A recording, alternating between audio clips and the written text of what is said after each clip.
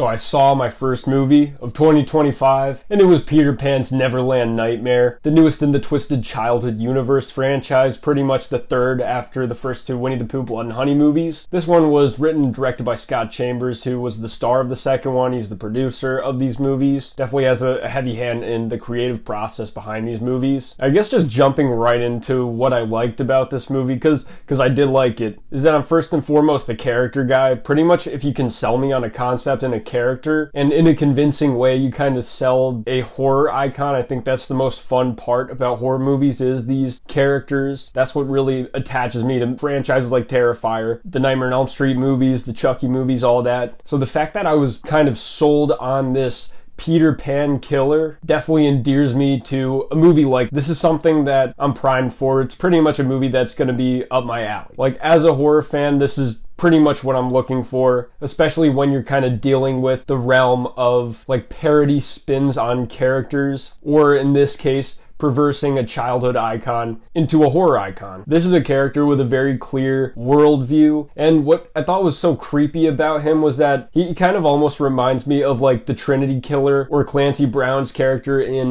Dexter New Blood, where he has this very disturbed idea of preserving childhood innocence through killing them, and he brings that idea of, you know, these children will never grow up, never feel pain, all of that, by going to Neverland. And I think that just creates for this to have definitely the most atmosphere of the three Twisted Childhood Universe movies. It feels like this one's the most attached at actually bringing scares to this franchise. You don't really feel that the Winnie the Pooh movies are trying to be genuinely scary. They feel like they're more going for like horror thriller, more of splatterfest and stuff, and this definitely has plenty of gore in it. But it seems a lot more interested in having an eye for building tension and scares and suspense, and also just upping the creep factor with these abductions, and I really appreciate that. It also too feels like this movie very much takes the material seriously, and like the thing is, although I think it's fun when movies like this have fun with the premise, I feel like all too often a movie like this veers way too far into just being a parody. It doesn't want to take itself seriously, so instead of trying to actually make an effective movie, a movie like this easily could have not taken itself seriously, not taken the audience seriously, and just make a purposefully bad, schlocky Peter Pan killer movie. But this really doesn't do that. Like, it does take the character and the world seriously and translate it into this nightmarish version of this concept and this character. I'd say Peter Pan, of these Twisted Childhood characters, feels like he's the most primed for a horror version of him. Like, when you say what Peter Pan is all about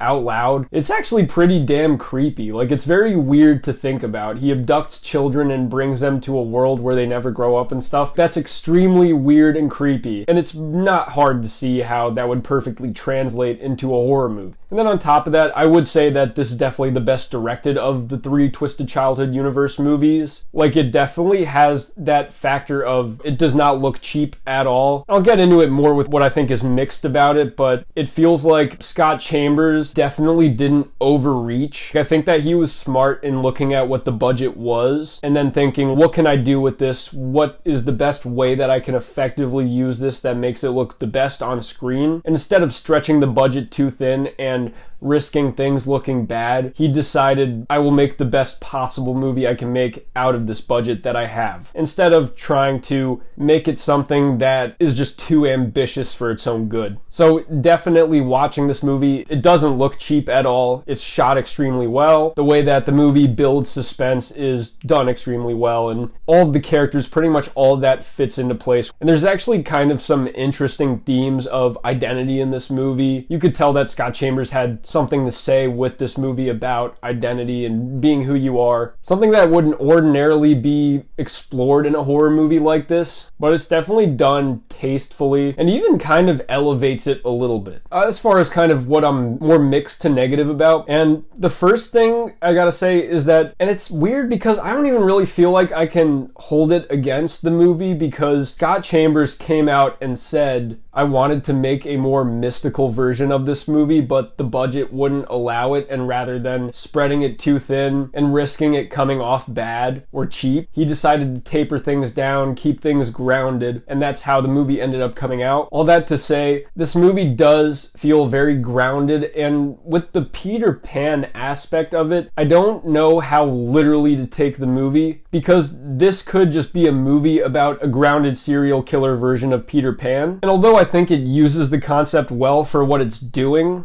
I can't help but feel like there's a little bit of missed potential with what they could have done if they went all out on having him be a mystical being. He has visions, there's a scene where he floats, but other than that, he feels very tangible, very human, and it's pretty easy to make the argument that he is just a stalker, child kidnapper. Like, he is a person. You can make that argument that he is just a person, and I kind of wish that in this twisted childhood universe that he could be a bit more than that, and it could eventually make him seem a bit out of place when he's in Poohniverse. I don't know if this is true, but he might be the overarching villain of Poohniverse. And like, if he could be fended off by a kid, I don't know how he stands any chance against Pooh, Owl, Piglet. I just don't see how the mutant animal monsters couldn't just kill him. But they do have the potential to make him more. And I don't want to shut out that option because they definitely could do that. But I will say, I just wish that he felt a little bit more ethereal, supernatural. At the very least, I wish that his presence felt a bit more supernatural. But again, it doesn't feel like something that I can even really hold against the movie, because it was explained that it was a budgetary reason why the reins were pulled back a bit. And the thing is, it's just a double-edged sword, because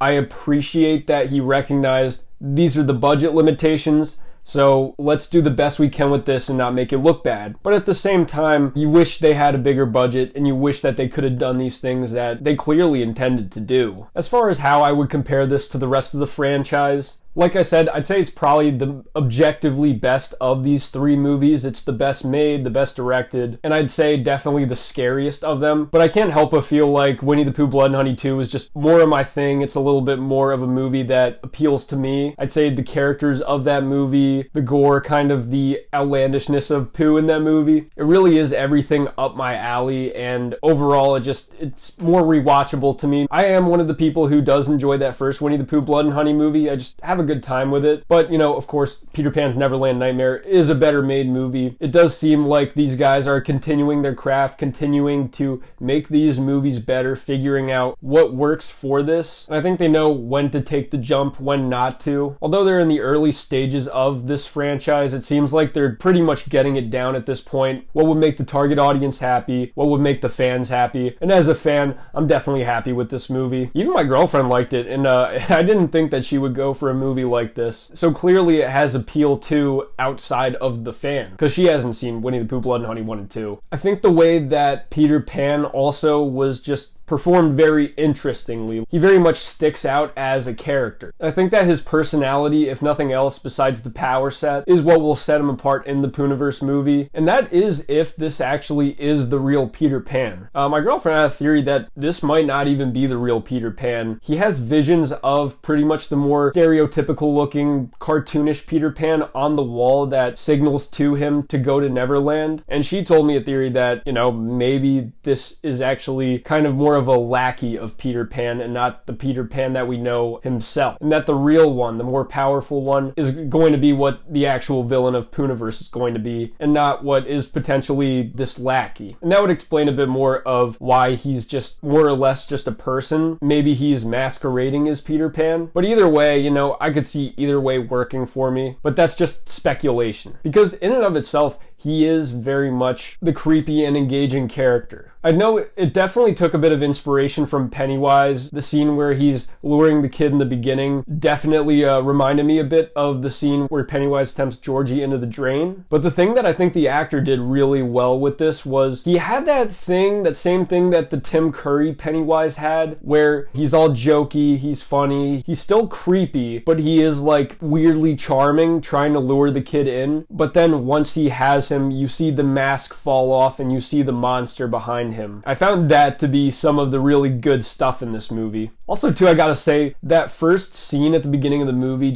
it starts it off with a bang. I really like these Twisted Childhood Universe intros with the storybooks, but also too that initial kill with the kid that he followed from the circus. That was a great scene, like in and of itself made for a great, probably short horror movie. Sets up the scares perfectly and pays them off well, all within like 10 minutes. And that's just the beginning. But just kind of to sum it all up, as a fan of these movies, of this franchise, I was definitely very happy with this movie. I really enjoyed it. I think it's definitely going to please fans of the Pooh movies. Although I still like Winnie the Pooh Blood and Honey 2 a bit more, I just find that more rewatchable and engaging. I'd say that this probably is, objectively speaking, best made of these. And I could easily see why it's Killjoy Jake's favorite. Are you guys going to see this movie? Let me know in the comment section. Have you seen it? I'm actually catching it, I think, on the third day it's playing. I think tomorrow is the last day that it's playing. Let me know in the comments. I'm GM Light. Have a good one.